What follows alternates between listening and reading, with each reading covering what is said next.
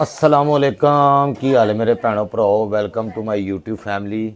अज साढ़े घर की सालगिरह सी, बल्कि है वे हले केक नहीं कटिया। मेरा वेट करन डे सी, तो मैं आया घर 11:15 अपनी जॉब तो हुण 12 वजन वाले आ, तो अगला दिन चढ़न वाला तो उनकी तो खत्म हो जानी। 29 जनवरी नूं बर्थडे हुंदी है अली असगर दी, तो सारिਆਂ ने उन्होंने हैप्पी बर्थडे विशिंग करनी है। ठीक है जी। तो मैं रोटी भी खानी, मैनू भुख भी बड़ी लगी जे यकीन मनो। लेकिन ये कहते ने जी पहले केक कटना। मैं क्या चलो यार केक कट लो भाई फटाफट।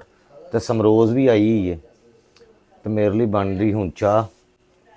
ओ चाह उबल चली। ओ यार ए वेख्या रख के ते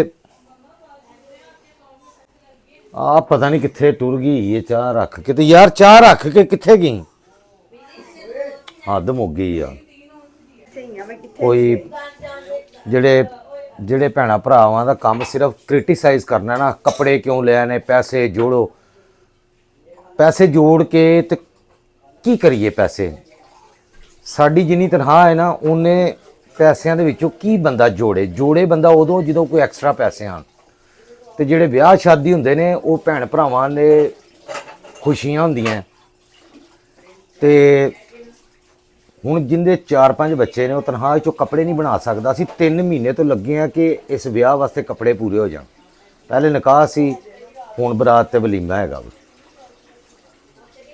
ਕਿਸੇ ਸੂਟ ਦੀ ਕਮੀਜ਼ ਪੁਰਾਣੀ ਤੇ ਉਹਦੇ ਥੱਲੇ ਨਵਾਂ ਸ਼ਰਾਰਾ ਤੇ ਦੁਪੱਟਾ, ਕੋਈ ਦੁਪੱਟਾ ਤੇ ਸ਼ਰਾਰਾ ਪਿਆ ਹੈ ਜਾਂ ਗਰਾਰਾ ਪਿਆ ਜਾਂ ਪਜਾਮਾ ਪਿਆ ਤੇ ਕਮੀਜ਼ ਨਵੀਂ।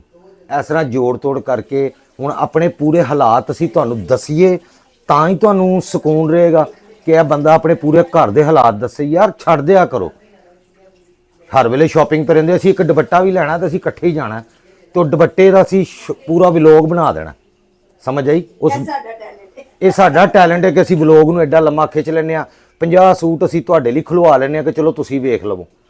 लैना असीं दुपट्टा है या एक कमीज़ लैनी है या एक असीं ट्राउज़र लैना वे, यह लैना हुंदा तो असीं शॉपिंग करने जाने।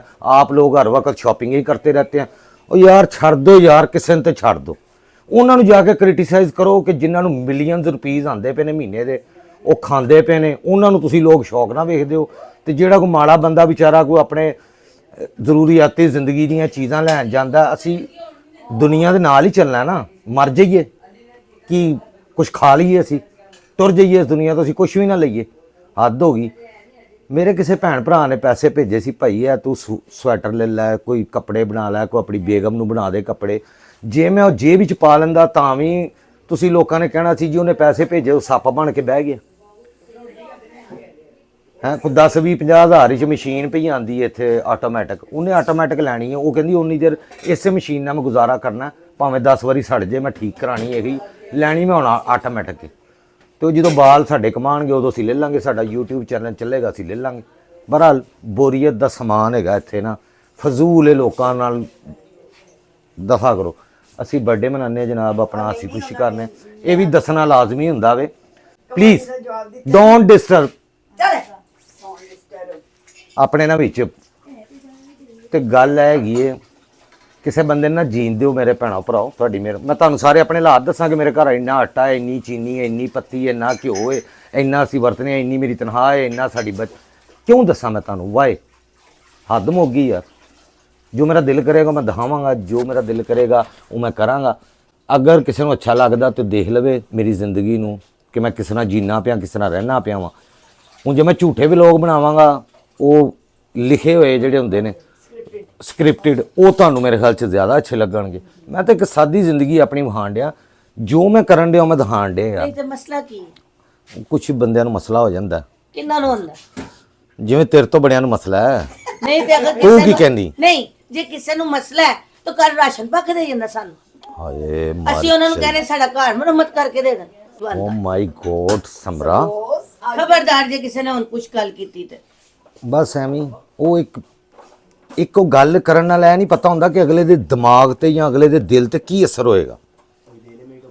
ਪੈਸੇ ਸਾਡੇ ਨਾਲੋਂ ਪੈਸਿਆਂ ਦੀ ਜ਼ਰੂਰਤ ਤੁਹਾਨੂੰ ਨਹੀਂ, ਸਾਨੂੰ ਵੀ ਪਤਾ ਅਸੀਂ ਪੈਸੇ ਜੋੜਨੇ ਨੇ, ਅਸੀਂ ਬਾਲਾਂ ਦਾ ਵੀ ਕੁਝ ਕਰਨਾ, ਅਸੀਂ ਘਰ ਵੀ ਬਣਾਉਣਾ। ਠੀਕ ਹੈ, ਤੇ ਫਿਰ ਸਾਡਾ YouTube ਚੈਨਲ ਕਿਧਰੇ ਵਾਇਰਲ ਕਰ ਦਿਓ, ਸਾਨੂੰ ਪੈਸੇ ਆਣ, ਜਾਂ ਪੈਸੇ ਮੈਨੂੰ ਮਹੀਨੇ ਦੇ ਭੇਜ ਦਿਆ ਕਰੋ। ਫਿਰ ਮੈਂ ਤੁਹਾਨੂੰ ਹਿਸਾਬ ਵੀ ਦਿਆਂ ਕਰਾਂਗਾ ਕਿ ਇੱਥੇ ਮੈਂ ਇੰਨੇ ਪੈਸੇ ਲਾਏ, ਇੰਨੇ ਮੈਂ ਖਰਚ ਕਿਉਂ ਕੀਤੇ। ਦੁਨੀਆ ਹਿਸਾਬ ਦਿੰਦੀ ਹੈ। ਯਾਰ ਇੱਕ ਮੈਂ ਗੱਲ ਕਰਨ ਡਿਆ। ਰਜਬ ਭੱਟ ਨੇ ਕਿਸੇ ਨੂੰ ਹਿਸਾਬ ਦਿੱਤਾ, ਉਹਨੇ ਕਿੰਨੇ ਨੋਟ ਉਡਾਏ, ਉਹਦੇ ਕੋਲ ਕਿਸੇ ਨੇ ਪੁੱਛਿਆ ਉਹ ਯਾਰ ਕਿੰਨੇ ਨੋਟ ਉਡਾਏ? ਉਹਨਾਂ ਦਾ ਜ਼ਿਕਰ ਨਾ ਕਰੋ ਪਲੀਜ਼, ਦਫਾ ਫਿਰ? ਸਾਨੂੰ ਆਪਣੇ ਨਾਲ ਮਤਲਬ ਹੈ ਬਈ। ਮੈਨੂੰ ਤੁਸੀਂ ਨਾ ਮਹੀਨੇ ਦੇ ਪੈਸੇ ਭੇਜੋ, ਫਿਰ ਮੇਰੇ ਕੋਲ ਹਿਸਾਬ ਲੈ ਲੈਣਾ ਕਿ ਯਾਰ ਕਿੱਥੇ ਖਰਚ ਕੀਤੇ, ਫਿਰ ਮੈਂ ਤੁਹਾਨੂੰ ਹਿਸਾਬ ਦੇ ਦਿਆਂਗਾ ਜਿੰਨੂੰ ਪ੍ਰੋਬਲਮ ਹੈ। ਨਹੀਂ ਤੇ ਮੇਰੇ ਬੜੇ ਭੈਣਾ ਭਰਾ ਮੈਨੂੰ ਸਪੋਰਟ ਕਰਨ ਦੇ ਨੇ, ਉਹ ਮੂੰਹੋਂ ਕਹਿੰਦੇ ਨੇ ਤੈਨੂੰ ਕੀ ਚਾਹੀਦਾ, ਅਸੀਂ ਇਹ ਭੇਜੀਏ। ਉਹ ਤਾਂ ਮੈਂ ਉਹਨਾਂ ਨੂੰ ਮਨਾ ਕਰ ਦਿੰਦਾ ਕਿ ਭਾਈ ਜੀ ਮੈਨੂੰ ਕੁਝ ਨਹੀਂ ਚਾਹੀਦਾ, ਸਿਰਫ ਦੁਆਵਾਂ ਦਿਓ, ਤੁਹਾਡੀ ਮਿਹਰਬਾਨੀ, ਠੀਕ ਹੈ। ਨਾ ਤੇ ਅਸੀਂ ਕਿਸੇ ਨੂੰ ਕਹਿੰਦੇ ਕੋਈ ਗਿਫਟ ਭੇਜੋ, ਪੈਸੇ ਭੇਜੋ, ਤੁਹਾਡੀ ਮਿਹਰਬਾਨੀ ਬਸ। ਅਸਲ ਵਿੱਚ ਪਤਾ ਕੀ ਪਾਇਨ, ਲੋਕੀ ਨਾ ਫੇਕ ਚੀਜ਼ਾਂ ਨੂੰ ਜ਼ਿਆਦਾ ਪਸੰਦ ਕਰਦੇ ਨੇ। ਬਸ ਉਹੀ ਫੇਕ ਰਿਐਲਿਟੀ ਨੂੰ ਕੋਈ ਪਸੰਦ ਕਰਦਾ ਜੋ ਸਮਝਦਾ ਇਸ ਚੀਜ਼ ਨੂੰ। ਐਸੇ ਹੀ ਹੈ। ਹਾਂਜੀ ਬਿਲਕੁਲ ਸਹੀ ਗੱਲ ਕਹਿ ਸਿਰਫ ਇੰਨੀ ਕੋਈ ਹੈ। ਤੇ ਜਿਹੜਾ ਕੋਈ ਗੱਲ ਕਰਦਾ ਉਹਨੂੰ ਕਰਨ, ਉਹਨੂੰ ਐਕਸਪਲੇਨ ਕਰਨ ਦੀ ਕੀ ਜ਼ਰੂਰਤ ਹੈ? ਨਹੀਂ ਐਕਸਪਲੇਨ ਨਹੀਂ, ਉਹ ਬਾਕੀ ਐਕਸਪਲੇਨ ਕਰਨ ਦਾ ਮਤਲਬ ਇਹ ਹੁੰਦਾ ਕਿ ਉਹੋ ਜਿਹੇ ਫਿਰ ਹੋਰ ਆਈ ਜਾਂਦੇ ਨੇ। ਮੈਨੂੰ ਨਹੀਂ ਪ੍ਰੋਬਲਮ, ਮੈਨੂੰ ਕੋਈ ਪ੍ਰੋਬਲਮ ਨਹੀਂ ਹੁੰਦੀ, ਮੇਰੀ ਬੁੱਢੀ ਨੂੰ ਪ੍ਰੋਬਲਮ ਹੋ ਜਾਂਦੀ ਹੈ ਨਾ। ਇਹ ਉਹਨਾਂ ਨੂੰ ਰਿਪਲਾਈ ਦਿੰਦੀ ਹੈ ਉੱਥੇ, ਐਵੇਂ ਟੈਨਸ਼ਨ ਲੈਂਦੀ ਹੈ ਕਿ ਇੰਜ ਕਹਿੰਦੇ ਪਏ ਨੇ, ਛੱਡ ਪਰ ਇੰਜ ਕਰਦੇ ਇੰਜ। ਮੈਨੂੰ ਇਹ ਚੀਜ਼ਾਂ ਤੇ ਅਸਰ ਹੀ ਨਹੀਂ ਕਰਦੀਆਂ। ਮੈਂ ਤਾਂ ਤੈਨੂੰ ਪਤਾ ਸੋਸ਼ਲ ਮੀਡੀਆ ਦੇ ਉੱਤੇ ਮੈਨੂੰ ਹਰ ਚੀਜ਼ ਦਾ ਪਤਾ, ਤੇ ਮੈਨੂੰ ਤੇ ਇੰਨਾ ਕੁ ਐਕਸਪੀਰੀਅੰਸ ਹੈਗਾ। ਮੈਨੂੰ ਪਤਾ ਹੈ ਕਿ ਹਰ ਬੰਦੇ ਦੇ ਲੋਕ ਜਾ ਕੇ ਨੈਗੇਟਿਵ ਕਮੈਂਟ ਕਰਦੇ ਨੇ। ਤੁਸੀਂ ਕਿਸੇ ਦੀ ਸੋਚ ਨੂੰ ਬਦਲ ਨਹੀਂ ਸਕਦੇ। ਹਾਂਜੀ, ਨੈਗੇਟਿਵ ਕਮੈਂਟ ਕੋਈ ਸੋਚਦਾ ਸੋਚਣ ਦਿਓ। ਲੱਖਾਂ ਚੰਗੇ ਹੁੰਦੇ ਨੇ, ਵਿੱਚੋਂ 2-4 ਉਹੋ ਜਿਹੇ ਵੀ ਤਾਂ ਕੋਈ ਹੁੰਦੇ ਗੱਲ ਨੇ, ਨਹੀਂ ਕਰਨ ਦਿਓ। ਉਹਨਾਂ ਦੀ ਗੱਲ ਨੂੰ ਸੀਰੀਅਸ ਉਹਦਾ ਨਹੀਂ ਨਹੀਂ ਕਰੀਦਾ ਕਿਸੇ ਦੀ ਗੱਲਾਂ ਨੂੰ। हाँ जी। तो यह देखो जी, ये मेरी बेटी ने बनाया जी केक अपने भाई की बर्थडे पर, उसको ये इसने गिफ्ट दिया है जी जनाब। इस इहदे नाल उन्हें पैसे भी दिते ने, खाली उन्हें गिफ्ट नहीं लिया है। साडा वखरे इत्थे लूडा बनया है घर दे विच। यह देखो जी, सारियां को पैसे ਮੈਂ चप्पे। ਤੁਹਾਨੂੰ ਮਜ਼ੇ ਦੀ ਗੱਲ ਸਾਨੂੰ ਉਹਦਾ 1000 ਰੁਪਏ ਵੀ ਗਵਾਚਾ ਲੱਭ ਗਿਆ। ਹਾਂ ਆਹੋ, ਮੈਂ ਇਹਨੂੰ ਰਾਤੀ ਕਹਿਣ ਡਿਆ ਸਾਂ ਕਿ ਤੂੰ ਕਿਹੜੀ ਕਮੀਜ਼ ਕੋਈ ਲਾਈ ਹੈ ਜਾਂ ਬਦਲੀ ਉਹਦੇ ਚ ਨਾ ਹੋਣ। ਉਹ ਰਾਤੀ ਬੁਖਲਾਇਆ ਸੀ, ਨਹੀਂ मैंने कोई नहीं मैं क्या बदली। देखो मैं कितनी तुम्हारे लिए अच्छी साबित हुई ना, लकी साबित हुई। मैंने दिए तुम्हारे साथ उसके फर्क। वो रात को मैंने इसको बर्थडे का दिया था तो नहीं टेंट्रम फट खिलाड़ी ना कटने ने। आजा। टेंट्रम ये पकड़ो। टेंट्रम है इसके बहुत ज्यादा है कि एक ना ਲੋ ਜੀ ਗਾਇਸ, ਇਹਦਾ ਬਰਥਡੇ ਦਾ ਕੇਕ ਅਸੀਂ ਹੁਣ ਬਿਸਮਿਲ੍ਲਾ ਕਰਕੇ ਤੇ ਕੱਟਣ ਲੱਗੇ ਆ। ਵੀ ਬਾਲਾਂ ਦੇ ਸ਼ੌਕ ਹੁੰਦੇ ਨੇ। ਮੈਂ ਤਾਂ ਖੈਰ ਬਰਥਡੇ ਇਹਨਾਂ ਨੇ ਇੱਕ ਦਫਾ 2 ਦਫਾ ਕੇਕ ਲਿਆਂਦਾ ਤੇ ਜ਼ਬਰਦਸਤੀ ਕਟਵਾਇਆ, ਵਰਨਾ ਮੈਂ ਤੇ ਕੇਕ ਨੂੰ ਕੱਟਦਾ ਹੀ ਨਹੀਂ। ਉਹ ਬੇਟੀ ਮੇਰੀ ਬਣਾ ਦਿੰਦੀ ਕੇਕ। ਚਲੋ, ਇਹ ਵੀ ਦੁਨੀਆ ਦੇ ਨਾਲ ਨਾਲ ਖੁਸ਼ੀਆਂ ਛੋਟੀਆਂ ਹੁੰਦੀਆਂ ਜਿਹੜੀਆਂ ਕਰਨੀਆਂ ਹੁੰਦੀਆਂ। ਇਹ ਆਏ ਹੋਏ ਹੈ ਜੀ ਜ਼ਕੀ ਡੋਨਲ। ਉਹ ਮੂਵਮੈਂਟ ਦਾ ਤੁਸੀਂ ਨਾ ਪੁੱਛੋ ਕੀ ਹੋਇਆ। ਕੀ ਹੈ? चलो जी। Happy birthday to you, happy birthday to happy birthday. Cake कटिया गया है। बहुत आपको मुबारक हो बर्थडे की। ना भाई नाम ना मैं मुझी शुजी को नहीं लाना, मैं इंजी पा देनी ना वे लो मुझे ला देना। परे फिर ना ना ना ना। मुन्ना तुम कितने साल के हो गए? मैंने तो सिलाई मशीन चलाते चलाते तुम्हें बड़ा कर दिया। ले जी, ये बेटी मेरी केक बना रही है अपने भाई की बर्थडे के लिए। ये प्रोफेशनल है, तो इसका मैं आपसे रिक्वेस्ट करता रहता हूँ कि इसके चैनल का नाम है dr.cake12, इसके चैनल का नाम है, ठीक है जी। तो क्रिटिसाइज़ करने वाले नूं अगर मेरे रिप्लाई का बुरा लगा तो माजरत है। हाले तो यार मेरी बेटी की अनकरीब शादी होने वाली है, तो जो तुहानूं पता बेटियां की शादी होंदी है, अल्लाह खुद मदद फरमांदा है, मौला करम करेगा। और तुसी तो फिर हर व्लॉग दे विच मेरे को हिसाब मंगोगे भी ये पैसे तेरे को कित्थों आए ने, किन्ने दिते ने, तुसी फजूल खर्चियां करदे हो। हुण हर व्लॉग ही मैं दसां कि जी ये बेटी की शादी की शॉपिंग है, क्योंकि कपड़े जुत्तियां मेकअप बर्तन भांडे ज़रूरियाती ज़िंदगी दियां जो चीज़ां माँ बाप दे सकदा वो मेरी भी कोशिश होएगी कि मैं देवां। जिन्हां दियां बेटियां हैगियां ने वो इस चीज़ नूं समझदे ने। जे इसका कॉन्सैप्ट तो नहीं हैगा, इहदे तो मैं अलग तो एक व्लॉग बना देंगा। ये वो पैसे अल्लाह पाक मदद फरमांदा है ਜਿਹੜੇ ਤੁਸੀਂ ਰਿਸ਼ਤੇਦਾਰਾਂ ਨੂੰ, ਭੈਣ ਭਰਾਵਾਂ ਨੂੰ, ਯਾਰਾਂ ਦੋਸਤਾਂ ਨੂੰ ਵਿਆਹਾਂ ਸ਼ਾਦੀਆਂ ਤੇ ਵਰਤਨ ਕੀਤੀ ਹੁੰਦੀ ਹੈ। ਔਰ ਅਗਰ ਤੁਹਾਡੇ ਕੋਲ ਸਾਹਿਬ ਇਸਤਕਾਤ ਨਹੀਂ ਹੋ ਤਾਂ ਕੋਈ ਨਾ ਕੋਈ ਭੈਣਾ ਭਰਾ ਉਂਝ ਰਿਸ਼ਤੇਦਾਰ ਮਦਦ ਵੀ ਕਰ ਦਿੰਦਾ ਵੇ। ਖੈਰ ਇੱਕ ਅਲੱਗ ਤੋਂ ਮੈਂ ਵਲੋਗ ਬਣਾਵਾਂਗੇ ਦੇ ਉੱਤੇ। ਤੇ ਅਸੀਂ ਤਾਂ ਹਲੇ ਸ਼ਾਪਿੰਗ ਸ਼ੁਰੂ ਕਰਨੀ ਹੈਗੀ ਤੇ ਮੈਂ ਕਿਸ ਚੀਜ਼ ਦਾ ਹਿਸਾਬ ਦੇਵਾਂਗਾ ਯਾਰ ਤੁਹਾਨੂੰ। ਅੱਛਾ ਜੀ, ਮੇਰੇ ਸਾਰੇ ਭੈਣ ਭਰਾਵਾਂ ਨੂੰ ਪਤਾ ਮੈਂ ਤੇ ਛੋਟਾ ਜਿਹਾ ਟੈਕਨੀਸ਼ੀਅਨ ਹੈ ਕੰਪਨੀ ਦੇ ਵਿੱਚ। ਬਹੁਤ ਛੋਟੀ ਜਿਹੀ ਜੌਬ ਹੈ ਜਿੰਦੇ ਨਾਲ ਮੈਂ ਆਪਣੇ ਬੱਚਿਆਂ ਨੂੰ ਪੜ੍ਹਾ ਲਿਖਾ ਕੇ ਇੱਥੋਂ ਤੱਕ ਲਿਆਂਦਾ ਹੋਵੇ। ਅੱਛਾ, ਬਹੁਤ ਸਾਰੇ ਭੈਣ ਭਰਾਵਾਂ ਨੂੰ ਇਹ ਗਲਤ ਫਹਿਮੀ ਹੈ ਕਿ YouTube ਤੋਂ ਇਹ ਬਹੁਤ ਪੈਸੇ ਕਮਾ ਰਿਹਾ ਹੋਵੇ। 3-4 ਮਹੀਨੇ ਤੋਂ ਮੈਂ ਕੰਟੀਨਿਊ ਵਲੌਗ ਬਣਾ ਰਿਹਾ, ਮੋਨੇਟਾਈਜ਼ ਤਾਂ ਜ਼ਰੂਰ ਹੋ ਗਿਆ, ਲੇਕਿਨ ਉਹਨਾਂ ਦੀ ਇੱਕ ਪਾਲਿਸੀ ਘੱਟੋ ਘੱਟ $100 ਹੋਏ ਤੇ ਕਢਾ ਸਕਦੇ ਹੋ। ਤੁਹਾਡੇ ਸਾਹਮਣੇ ਜਿਹੜੇ ਵਿਊਜ਼ ਆਉਂਦੇ ਨੇ, ਜਿਸ ਦਿਨ ਪੈਸੇ ਕਢਾਵਾਂਗਾ ਵਲੌਗ ਵੀ ਬਣਾਵਾਂਗਾ, ਤੁਹਾਨੂੰ ਦੱਸਾਂਗਾ ਵੀ ਇਨਸ਼ਾਅੱਲਾ। ਲੋ ਜੀ, ਇਹ ਸਮਰੋਜ਼ ਜਿਹੜਾ ਨਾ ਇਹ ਸਾਨੂੰ ਮਿਲਣ ਆਈ ਹੈ। ਇੱਥੇ ਆ ਕੇ ਉਦੋਂ ਦੀ ਮੋਬਾਈਲ ਤੇ ਲੱਗੀ ਹੋਈ ਹੈ। ਇੱਧਰ ਇਹ ਵੀ ਮੋਬਾਈਲ, ਇੱਧਰ ਇਹ ਵੀ ਮੋਬਾਈਲ। ਇਹ ਤੁਸੀਂ ਸਾਨੂੰ ਮਿਲਣ ਆਏ ਹੋ ਕਿ ਨੈਟ ਯੂਜ਼ ਕਰਨ ਆਏ ਹੋ? ਹੁਣ ਐਸਾ ਦੌਰ ਆ ਗਿਆ ਵੇ, ਯਕੀਨ ਮੰਨੋ, ਕੋਈ ਪਤਾ ਲੈਣ ਜਾਵੇ ਨਾ ਹਸਪਤਾਲ ਦੇ ਵਿੱਚ, ਉਹਨੂੰ ਮਰੀਜ਼ ਪੁੱਛਣ ਡਿਆ ਹੁੰਦਾ ਬੈਲੈਂਸ ਹੈਗਾ, ਇਹ ਨੈਟ ਤੇ ਕਰਾ ਦੇ ਮੈਨੂੰ ਪੈਕੇਜ। ਯਕੀਨ ਮੰਨੋ, ਹਸਪੀਟਲ ਜਾਣ ਤੋਂ ਪਹਿਲੇ ਪੁੱਛਦੇ ਨੇ ਉਸ ਹਸਪੀਟਲ ਵਿੱਚ ਵਾਈਫਾਈ ਹੈਗਾ। ਟੈਕਸੀ 'ਚ ਬਹਿਣ ਤੋਂ ਪਹਿਲੇ ਲੋਕੀ ਪੁੱਛਦੇ ਨੇ ਵਾਈਫਾਈ ਹੈਗਾ। ਹਰ ਚੀਜ਼, ਇਹ ਫਲਾਣੇ ਮਾਲ ਜਾਣਾ, ਉਸ ਮਾਲ ਦੇ ਵਿੱਚ ਵਾਈਫਾਈ ਹੈਗਾ। ਇਹ ਸ਼ਾਦੀ ਹਾਲ ਹੀ ਜਾਣਾ, ਸ਼ਾਦੀ ਹਾਲ 'ਚ ਵਾਈਫਾਈ ਹੈਗਾ। ਉੱਥੇ ਹਰ ਜਗ੍ਹਾ ਤੇ ਜਾ ਕੇ ਨਾ ਹਰ ਕਿਸੇ ਨੇ ਆਪਣਾ ਆਪਣਾ ਮੋਬਾਈਲ ਖੋਲ੍ਹਿਆ ਹੁੰਦਾ, ਭਾਵੇਂ ਕਿਸੇ ਦਾ ਹਾਲ ਚਾਲ ਪੁੱਛਣ ਆਏ ਹੋਣ, ਭਾਵੇਂ ਕਿਸੇ ਦੇ ਵਿਆਹ ਤੇ ਗਏ ਹੋਣ, ਹਰ ਕੋਈ ਆਪਣੇ ਆਪਣੇ ਮੋਬਾਈਲ ਤੇ ਲੱਗਾ ਹੁੰਦਾ। दूल्हे पीछा, नाना कैसे गाने गाते हैं? दूल्हे पीछा, दूल्हे पीछा। ਲੋ ਜੀ, ਇਹ ਦੋ ਤਰੀ ਨਾਲ ਲਾਡੀਆਂ ਹੋ ਰਹੀਆਂ। ਮਾਂ और हो रही है मेरी नानी। ਅੱਛਾ ਜੀ, ਹੁਣ ਆ ਜੀ ਕ੍ਰਿਟੀਸਾਈਜ਼ ਦੇ ਉੱਤੇ। ਕ੍ਰਿਟੀਸਾਈਜ਼ ਲੋਕ ਕਰਦੇ ਨੇ ਜਿਹੜੇ ਸੋਸ਼ਲ ਮੀਡੀਆ ਤੇ ਵਲੋਗਿੰਗ ਵਗੈਰਾ ਕਰਦੇ ਨੇ, ਉਹਨਾਂ ਸਾਰਿਆਂ ਨੂੰ ਹੀ ਬਹੁਤ ਸਾਰੀ ਐਸੇ ਲੋਕ ਹੁੰਦੇ ਨੇ ਜਿਹੜੇ ਕ੍ਰਿਟੀਸਾਈਜ਼ ਕਰਨ ਲਈ ਸਿਰਫ ਵਲੋਗ ਦੇਖਦੇ ਨੇ। ਉਹਨਾਂ ਨੂੰ ਇਸ ਤਰ੍ਹਾਂ ਹੀ ਮਜ਼ਾ ਆਉਂਦਾ ਸ਼ਾਇਦ ਵਲੋਗ ਦੇਖਣ ਦਾ ਨਾ, ਛੋਟੀਆਂ ਛੋਟੀਆਂ ਚੀਜ਼ਾਂ ਨੂੰ ਕ੍ਰਿਟੀਸਾਈਜ਼, ਉਹਨਾਂ ਦੇ ਉੱਤੇ ਆਪਣੇ ਕਮੈਂਟਸ ਨੈਗੇਟਿਵ ਦੇਣੇ। ਕੁਝ ਲੋਕਾਂ ਦਾ ਮਕਸਦ ਇਹ ਹੁੰਦਾ ਹੈ ਕਿ ਲੋਕ ਮੇਰਾ ਨੈਗੇਟਿਵ ਕਮੈਂਟ ਪੜ੍ਹ ਕੇ ਤੇ ਉਹ ਮੇਰੀ ਆਈਡੀ ਦੇ ਉੱਤੇ ਦੇਖਣ ਲਈ ਆਉਣ ਵੀ ਇਹ ਬੰਦਾ ਹੈ ਕੌਣ ਜਿੰਨੇ ਕਮੈਂਟ ਕੀਤਾ, ਤੇ ਚਲੋ ਇਸ ਬਹਾਨੇ ਮੇਰੇ ਵੀ ਵਲੋਗ ਵੇਖ ਲੈਣ। ਇੱਕ ਤਾਂ ਇਹ ਕਿਸਮ ਹੁੰਦੀ। ਦੂਸਰੀ ਕਿਸਮ ਹੁੰਦੀ ਹੈ ਕਿ ਕੁਝ ਲੋਕ ਬਹੁਤ ਹੀ ਪਰੇਸ਼ਾਨ ਹੁੰਦੇ ਨੇ, ਡਿਪਰੈਸ਼ਨ, ਟੈਨਸ਼ਨ, ਮਹਿੰਗਾਈ, ਹਾਲਾਤ, ਉਹਨਾਂ ਦੀ ਵਜ੍ਹਾ ਤੋਂ ਉਹ ਗੁੱਸਾ ਇਸ ਤਰੀਕੇ ਦੇ ਨਾਲ ਆਪਣੇ ਕਮੈਂਟ ਦੇ ਜ਼ਰੀਏ ਲਾ ਦਿੰਦੇ ਨੇ। ਕੁਝ ਲੋਕ ਜਿਹੜੇ ਹੈਗੇ ਨੇ ਉਹਨਾਂ ਨੂੰ ਖੁਦ ਉਹ ਚੀਜ਼ ਮੁਯੱਸਰ ਨਹੀਂ ਹੁੰਦੀ ਜਿਹੜੀ ਉਹ ਬੰਦਾ ਅਗਲਾ ਦਿਖਾ ਰਿਹਾ ਹੁੰਦਾ ਵੇ। ਯਾਨੀ ਹਸਬੈਂਡ ਵਾਈਫ ਸਾਰੇ ਤਾਂ ਇਸ ਤਰ੍ਹਾਂ ਦੇ ਨਹੀਂ ਹੁੰਦੇ ਕਿ ਉਹ ਹਰ ਜਗ੍ਹਾ ਤੇ ਇਕੱਠੇ ਜਾਣ, ਇਕੱਠੇ ਸ਼ਾਪਿੰਗ ਕਰਨ, ਇਕੱਠੇ ਖਾਣ ਪੀਣ ਬਹਿ ਕੇ। ਹਰ ਘਰ ਦਾ ਇੱਕ ਆਪਣਾ ਮਾਹੌਲ ਹੁੰਦਾ। ਕੁਝ ਬੰਦਿਆਂ ਕੋਲ ਟਾਈਮ ਨਹੀਂ ਹੁੰਦਾ, ਉਹ ਨਹੀਂ ਜਾਂਦੇ ਬਾਜ਼ਾਰਾਂ ਦੇ ਵਿੱਚ। ਤੇ ਕੁਝ ਔਰਤਾਂ ਨੂੰ ਅੱਛਾ ਵੀ ਨਹੀਂ ਲੱਗਦਾ ਕਿ ਮਰਦ ਨਾਲ ਜਾਣ, ਉਹ ਇਕੱਲੀਆਂ ਹੀ ਜਾਣਾ ਪਸੰਦ ਕਰਦੀਆਂ ਨੇ ਆਪਣੀ, ਕਿਉਂਕਿ ਉਹਨਾਂ ਨੇ ਆਪਣੇ ਹਿਸਾਬ ਨਾਲ ਸ਼ਾਪਿੰਗ ਕਰਨੀ ਹੁੰਦੀ ਤੇ ਮਰਦ ਕਾਲੇ ਪੈ ਜਾਂਦੇ ਨੇ ਤੇ ਉਹਨਾਂ ਨੂੰ ਬੁਰਾ ਵੀ ਨਹੀਂ ਲੱਗਦਾ। ਲੇਕਿਨ ਕੁਝ ਔਰਤਾਂ ਨੂੰ ਕਿਸੇ ਦਾ ਹਸਬੈਂਡ ਨਾਲ ਸ਼ਾਪਿੰਗ ਕਰ ਰਿਹਾ ਹੈ, ਉਹਨੂੰ ਉਹ ਫੀਲ ਹੋ ਰਿਹਾ ਹੁੰਦਾ ਕਿ ਮੇਰਾ ਹਸਬੈਂਡ ਨਹੀਂ ਨਾਲ ਆਉਂਦਾ। ਤੇ ਉਹ ਹਰ ਇੱਕ ਦੀ ਦੇਖੋ ਆਪਣੀ ਥਿੰਕਿੰਗ ਹੈ, ਇੱਕ ਨਫਸਿਆਤ ਹੈ, ਇੱਕ ਪ੍ਰੋਬਲਮਸ ਹੈਗੀਆਂ ਨੇ। ਇਹ ਤੁਸੀਂ ਮੰਨੋਗੇ ਕਿ ਐਗਰੀ ਕਰੋਗੇ, ਹਾਂ ਇਹ ਗੱਲਾਂ ਠੀਕ ਨੇ। ਇਹ ਵਜ੍ਹਾ ਹੁੰਦੀ, ਉਹ ਗੁੱਸਾ ਅਗਲੇ ਬੰਦੇ 'ਤੇ ਲੱਥ ਜਾਂਦਾ। ਤੇ ਕੁਝ ਲੋਕ ਚੰਦ ਹੁੰਦੇ ਨੇ ਜਿਨ੍ਹਾਂ ਨੂੰ ਜੈਲਸੀ ਹੁੰਦੀ ਹੈ ਕਿ ਇਹ ਬੰਦਾ ਕਿਉਂ, ਬਈ ਇਹਨੂੰ ਕਿਉਂ ਵੇਖਦੇ ਪਏ ਨੇ ਲੋਕ। ਉਹ ਆਪਣੇ ਗੁੱਸਾ ਕੱਢ ਕੇ ਵਲੋਗ ਦੇ ਉੱਤੇ ਉਹ ਟੁਰ ਜਾਂਦਾ। ਹੈਗੇ ਆ ਸਾਰੇ ਦੇਖਣ ਵਾਲੇ ਨੇ, ਸਾਡੇ ਲਈ ਸਾਰੇ ਕਾਬਲੇ ਇਹਤਰਾਮ ਨੇ, ਅਸੀਂ ਸਭ ਦੇ ਰਿਸਪੈਕਟ ਕਰਨੇ ਆ। ਚਲੋ ਕ੍ਰਿਟੀਸਾਈਜ਼ ਵੀ ਕਰਦੇ ਨੇ ਤੇ ਵਲੋਗ ਤੇ ਦੇਖਦੇ ਹੀ ਨੇ ਨਾ, ਤੇ ਮਿਹਰਬਾਨੀ ਯਾਰ ਤੁਹਾਡੀ ਸਾਰੇ ਭੈਣ ਭਰਾਵਾਂ ਦੀ। ਤੇ ਬਾਕੀ ਰਿਹਾ ਸ਼ਾਪਿੰਗ ਦੇ, ਕਮੈਂਟ ਕੀਤਾ ਸੀ ਕਿ ਹਰ ਵੇਲੇ ਸ਼ਾਪਿੰਗ ਕਰਦੇ ਰਹਿੰਦੇ ਨੇ, ਸ਼ਾਪਿੰਗ ਤੇ ਟੁਰੇ ਹੁੰਦੇ ਨੇ। ਤੇ ਜੇ ਘਰ ਦੇ ਅੰਦਰ ਵਲੋਗ ਬਣਾਈਏ, ਮੇਰੇ ਕੋਲ ਇੱਕ ਕਮਰਾ ਹੈ ਤੇ ਇੱਕ ਕਿਚਨ ਹੈ ਸਿਰਫ ਪੂਰੇ ਘਰ ਦੇ ਵਿੱਚ, ਐਡਾ ਕੋਈ ਘਰ ਹੈ। ਉਹਦੇ 'ਚ ਜੇ ਵਲੋਗ ਬਣਾਈਏ 2-4 ਦਿਨ ਲੋਕ ਵੇਖਦੇ ਨੇ, ਤੀਸਰੇ ਦਿਨ ਉਹ ਕਹਿੰਦੇ ਨੇ ਯਾਰ ਤੁਸੀਂ ਉਸੇ ਕਮਰੇ 'ਚ ਹੀ, ਉਸੇ ਕਿਚਨ ਦੇ ਵਿੱਚ ਹੀ ਇੱਕੋ ਹੀ ਵਲੋਗ ਬਣਾਈ ਜਾ ਰਹੇ ਹੋ ਯਾਰ, ਕੁਛ ਨਵਾਂ ਵਿਖਾਓ, ਕੋਈ ਬਾਹਰ ਜਾਇਆ ਕਰੋ, ਕੋਈ ਲਾਹੌਰ ਵਿਖਾਓ।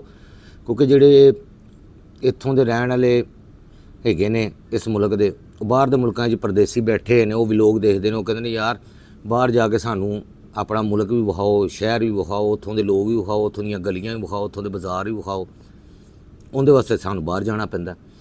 ਘਰ 'ਚ ਵਿਖਾਈ ਜਾਈਏ ਤੇ ਲੋਕ ਬੋਰ ਹੋ ਜਾਂਦੇ ਨੇ। ਅਸੀਂ ਸਾਰਿਆਂ ਨੂੰ ਤਾਂ ਰਾਜ਼ੀ ਨਹੀਂ ਕਰ ਸਕਦੇ ਮੇਰੇ ਭੈਣੋ ਭਰਾਓ, ਇਸ ਲਈ ਥੋੜ੍ਹਾ ਸਬਰ ਧੰਮਲ ਦੇ ਨਾਲ ਵਲੋਗ ਦੇਖਿਆ ਕਰੋ ਔਰ ਪੂਰਾ ਵਲੋਗ ਦੇਖਿਆ ਕਰੋ। ਇਹ ਸ਼ਾਪਿੰਗ ਵਾਲਾ ਵਲੋਗ ਤੁਸੀਂ ਦੇਖਦੇ ਪਿਓ ਸੀ, ਕੋਈ ਤੁਹਾਨੂੰ ਪਹਿਲੇ ਵਲੋਗ ਵਿੱਚ ਵੀ ਦੱਸਿਆ ਸੀ ਕਿ ਸਾਨੂੰ 4-5 ਮਹੀਨੇ ਲੱਗ ਜਾਣੇ ਨੇ ਇਸ ਵਿਆਹ ਦੀ ਤਿਆਰੀ ਕਰਦੇ ਹੋਏ।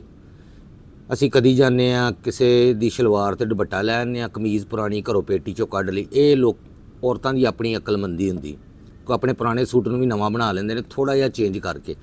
ਅਗਰ 800-900 ਹਜ਼ਾਰ ਰੁਪਈਆ ਲੱਗ ਕੇ ਤੁਹਾਡਾ ਸੂਟ ਨਵਾਂ ਹੋ ਜਾਂਦਾ ਵੇ ਤੇ ਨਵਾਂ ਸੂਟ ਇਸ ਟਾਈਮ 5-7 ਹਜ਼ਾਰ ਤੋਂ ਘੱਟ 10 ਹਜ਼ਾਰ ਤੋਂ ਘੱਟ ਹੈ ਹੀ ਨਹੀਂ ਵਿਆਹਾਂ ਸ਼ਾਦੀਆਂ ਦਾ। ਠੀਕ ਹੈ ਜੀ, ਘੱਟੋ ਘੱਟ ਦੱਸਣ ਡਿਆ 12-12 15-15 20-20 ਹਜ਼ਾਰ ਦਾ ਸੂਟ ਆਉਂਦਾ ਵਿਆਹਾਂ ਸ਼ਾਦੀਆਂ ਨੂੰ ਅਗਰ ਤੁਸੀਂ ਪਾਰਟੀਆਂ ਨੂੰ ਅਟੈਂਡ ਕਰਨਾ ਤੇ ਸਾਡੇ ਵਰਗਾ ਜਿਹੜਾ ਇੱਕ ਟੈਕਨੀਸ਼ੀਅਨ ਲੈਵਲ ਦਾ ਬੰਦਾ ਜਿੰਦੀ ਪੇ ਹੀ ਬਹੁਤ ਥੋੜੀ ਜੀ ਹੈ, ਜਿੰਦੇ ਵਿੱਚ ਉਹਨੇ ਬੱਚਿਆਂ ਨੂੰ ਪੜ੍ਹਾਈ ਵੀ ਕਰਾਣੀ, ਜਿਹਨੇ ਬਿਲਿੰਗ ਵੀ ਕਰਨੀ ਹੈ, ਜਿਹਨੇ ਗਰੋਸਰੀ ਵੀ ਕਰਨੀ ਹੈ, ਸਬਜ਼ੀਆਂ ਵੀ ਲਿਆਣੀਆਂ, ਵਿਆਹ ਸ਼ਾਦੀ ਵਿੱਚ ਭੁਗਤਾਣੀਆਂ ਨੇ, ਬਿਮਾਰੀਆਂ ਤਕਲੀਫਾਂ ਵੀ ਵਿੱਚ ਭੁਗਤਾਣੀਆਂ, ਦਵਾਈਆਂ ਵੀ ਲਿਆਣੀਆਂ, ਸਾਰਾ ਕੁਝ ਇਹਦੇ ਵਿੱਚ ਹੀ ਕਰਨਾ ਉਹਨੇ। ਤੇ ਉਹ ਬੰਦੇ ਦੀ ਲਿਮਟ ਬਹੁਤ ਹੀ ਘੱਟ ਹੁੰਦੀ ਹੈ ਤੇ ਉਹ ਫਿਰ ਇਸ ਤਰ੍ਹਾਂ ਹੀ ਹੁੰਦਾ ਹੈ ਕਿ 2-2 3-3 ਮਹੀਨੇ ਲੱਗ ਜਾਂਦੇ ਨੇ ਤਿਆਰੀ ਕਰਦੇ।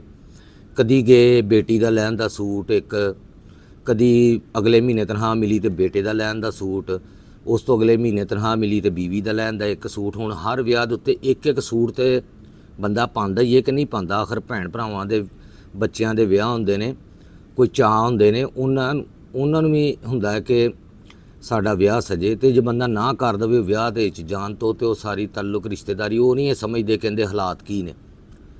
ਉਹਨਾਂ ਨਹੀਂ ਇਸ ਚੀਜ਼ ਨਾਲ ਲੈਣਾ ਦੇਣਾ ਹੁੰਦਾ ਕਿ ਤੁਹਾਡੇ ਹਾਲਾਤ ਠੀਕ ਨਹੀਂ ਹੈ, ਤੁਹਾਡੇ ਕੋਲ ਕੱਪੜੇ ਪਾਉਣ ਲਈ ਪੈਸੇ ਨਹੀਂ ਹੈਗੇ। ਨਾ ਕੋਈ ਪੁੱਛਦਾ ਹੈਗਾ ਵੀ ਅੱਜ ਕੱਲ੍ਹ ਦੇ ਦੌਰ 'ਚ ਕਿ ਤੁਹਾਡੇ ਕੋਲ ਵਿਆਹ ਤੇ ਆਉਣ ਲਈ ਪੈਸੇ ਹੈ ਨੇ ਕਿ ਨਹੀਂ ਹੈ। ਹਰ ਬੰਦੇ ਨੇ ਜ਼ਮਾਨਾ ਹੀ ਐਸਾ ਜਾ ਰਿਹਾ ਨਾ, ਲੇਕਿਨ ਉਹ ਮਾਈਂਡ ਕਰ ਜਾਂਦੇ ਨੇ ਕਿ ਜੀ ਸਾਡੇ ਬਾਲ ਦੇ ਵਿਆਹ ਦੇ ਉੱਤੇ ਨਹੀਂ ਆਏ। ਇਸ ਚੀਜ਼ ਨੂੰ ਵੀ ਤੁਸੀਂ ਸਮਝਦੇ ਹੋ ਬੜੀ ਅੱਛੀ ਤਰ੍ਹਾਂ ਮੇਰੇ ਖਿਆਲ ਦੇ ਵਿੱਚ ਸਾਰੇ ਭੈਣ ਭਰਾ। ਤੇ ਅੱਜ ਕਿਸੇ ਦੇ ਵਿਆਹ ਤੇ ਜਾਵਾਂਗੇ ਤੇ ਕੱਲ ਨੂੰ ਸਾਨੂੰ ਕੋਈ ਮਿਲੇਗਾ ਨਹੀਂ ਤੇ ਕਿੰਨੇ ਆਣਾ ਸਾਡੇ ਬਾਲਾਂ ਦੇ ਵਿਆਹ ਦੇ ਉੱਤੇ। ਤੇ ਵਿਆਹ ਜਿਹੜੇ ਨੇ 4 ਬੰਦਿਆਂ ਦੇ ਨਾਲ ਹੀ ਚੰਗੇ ਲੱਗਦੇ ਨੇ।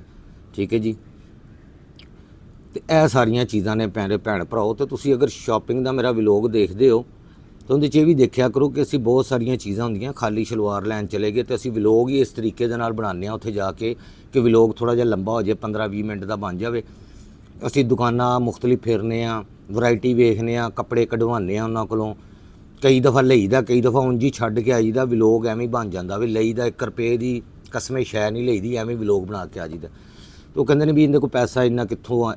ਪੈਸਾ ਮੈਨੂੰ ਕਿਹੜਾ ਖਰਚ ਕਰਦੇ ਵੇਖਿਆ ਮੈਂ? ਕਿਹੜੀਆਂ ਕੋਈ ਗੱਡੀਆਂ ਕੋਠੀਆਂ ਖਰੀਦ ਲਈਆਂ ਨੇ, ਜਾਂ ਮੈਂ ਕੋਈ ਬੜੇ ਹੀਰੇ ਦੀਆਂ ਅੰਗੂਠੀਆਂ ਬੁੱਢੀ ਨੂੰ ਪਾਤੀਆਂ, ਸੋਨੇ ਦੀਆਂ ਖਰੀਦ ਕੇ ਜਾਂ ਕੜੇ ਲੈ ਦਿੱਤੇ ਨੇ? ਕੀ ਐਸੀ ਮੈਂ ਚੀਜ਼ ਲਈ ਜਿਹੜਾ ਤੁਸੀਂ ਦੇਖ ਲਿਆ ਤੇ ਕਮੈਂਟ ਕਰ ਦਿੰਦੇ ਹੋ ਤੁਸੀਂ ਕਿ ਜੀ ਹਰ ਵੇਲੇ ਸ਼ਾਪਿੰਗ ਤੇ ਹੀ ਰਹਿੰਦੇ ਨੇ। ਅਸੀਂ ਆਲੂ ਵੀ ਲੈਣੇ ਹੁਣ ਤੇ ਅਸੀਂ ਇਕੱਠੇ ਹੀ ਜਾਂਦੇ ਹਾਂ ਮੀਆਂ ਬੀਵੀ, ਤੇ ਅਸੀਂ ਸ਼ਾਪਿੰਗ ਇਸ ਤਰੀਕੇ ਨਾਲ ਕਰਨੇ ਆ ਕਿ ਸਾਡਾ ਵਲੋਗ ਬਣ ਜਾਂਦਾ। ਅਸੀਂ ਐਤਵਾਰ ਬਾਜ਼ਾਰੋਂ ਸਸਤੀਆਂ ਸਬਜ਼ੀਆਂ ਲੱਭਦੇ ਹਾਂ, ਸਸਤੇ ਤੋਂ ਸਸਤੇ ਅਸੀਂ ਕੱਪੜੇ ਲੱਭਦੇ ਹਾਂ। ਇਹ ਆਪਣਾ ਤੁਹਾਡਾ ਟੈਲੈਂਟ ਜਾਂ ਦਿਮਾਗ ਹੁੰਦਾ ਕਿ ਤੁਸੀਂ ਥੋੜ੍ਹੇ ਪੈਸਿਆਂ 'ਚ ਆਪਣਾ ਕੰਮ ਪੂਰਾ ਕਰ ਲਓ। ਇਸ ਤਰ੍ਹਾਂ ਬਹੁਤ ਸਾਰੇ ਮੇਰੇ ਤਰ੍ਹਾਂ ਲੋਕ ਹੁੰਦੇ ਨੇ, ਮੈਜੋਰਟੀ ਬਲਕਿ ਇਸ ਤਰ੍ਹਾਂ ਹੀ ਨੇ। ਤੇ ਕਿਉਂਕਿ ਬੱਚਿਆਂ ਨੂੰ ਪਾਲਣਾ, ਫੀਸਾਂ ਫੂਸਾਂ ਬਿਲਿੰਗ ਜਿਹੜੇ ਲੋਕ ਕਰਦੇ ਨੇ ਉਹਨਾਂ ਨੂੰ ਪਤਾ ਹੈਗਾ ਵਾ। ਸਾਡੇ ਕੋਈ ਕਾਰੋਬਾਰ ਨਹੀਂ, ਅਸੀਂ ਜੋਬ ਕਰਨ ਵਾਲੇ ਲੋਕ ਹਾਂ। ਪੇਂਟਿੰਗ ਕਦੀ ਕਦਾਰ ਕੋਈ ਵਿਕ ਜਾਂਦੀ, ਚਲੋ ਐਕਸਟਰਾ ਪੈਸੇ ਹੁੰਦੇ ਨੇ, ਉਹਦੇ ਨਾਲ ਬੱਚਿਆਂ ਦੇ ਕੋਈ ਕੱਪੜੇ ਜੁੱਤੀ ਬਣ ਜਾਂਦਾ ਵੇ। ਵਰਨਾ ਤਨਖਾਹ 'ਚੋਂ ਤਾਂ ਤੁਸੀਂ ਕਹੋ ਨਾ ਇੱਕ ਕੋਈ ਵੀ ਚੀਜ਼ ਐਕਸਟਰਾ ਨਹੀਂ ਕਰ ਸਕਦਾ। ਤਨਖਾਹ ਤੁਹਾਡੀ ਉਸ ਤੋਂ ਥੋੜ੍ਹੀ ਹੁੰਦੀ ਜਿੰਨਾ ਤੁਹਾਡੇ ਘਰ ਦਾ ਖਰਚਾ ਹੁੰਦਾ। ਇਹ ਸਾਰਿਆਂ ਨਾਲ ਹੀ ਪ੍ਰੋਬਲਮ ਹੈ, ਮੇਰੇ ਇਕੱਲੇ ਨਾਲ ਨਹੀਂ ਹੈਗਾ।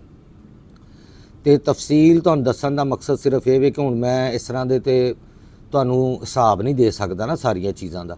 ਤੇ ਬਾਕੀ ਰਿਹਾ YouTube ਤੋਂ ਬਹੁਤ ਸਾਰੇ ਮੇਰੇ ਭੈਣਾਂ ਭਰਾ, ਕੁਝ ਰਿਸ਼ਤੇਦਾਰ ਵੀ ਮੇਰੇ ਸਮਝਦੇ ਨੇ ਕਿ ਪਤਾ ਨਹੀਂ ਇਹਨੂੰ ਕਿੰਨਾ ਕੁ ਪੈਸਾ ਆਣ ਡਿਆ। 4 ਮਹੀਨੇ ਹੋ ਚੱਲੇ ਮੇਰਾ ਚੈਨਲ ਮੋਨੋਟਾਈਜ਼ ਹੋਏ ਤੇ ਪੂਰਾ ਮਹੀਨਾ ਹੋ ਗਿਆ ਮੇਰੇ ਵਿਊਜ਼ ਬੰਦ ਹੋਏ, ਮੇਰੇ ਪੈਸੇ ਹੀ ਨਹੀਂ ਵੱਧਦੇ ਪਏ। ਪਤਾ ਨਹੀਂ ਹੁਣ ਕੀ ਚੱਕਰ ਹੈਗਾ। ਚੈਨਲ ਹਾਲਾਂਕਿ ਮੇਰਾ ਮੋਨੋਟਾਈਜ਼ ਹੋ ਗਿਆ। ਤੇ YouTube ਦੀ ਪਾਲਿਸੀਆਂ ਹੁੰਦੀਆਂ ਨੇ ਕਿ $100 ਤੋਂ ਘੱਟ ਤੁਸੀਂ ਕਢਵਾ ਨਹੀਂ ਸਕਦੇ।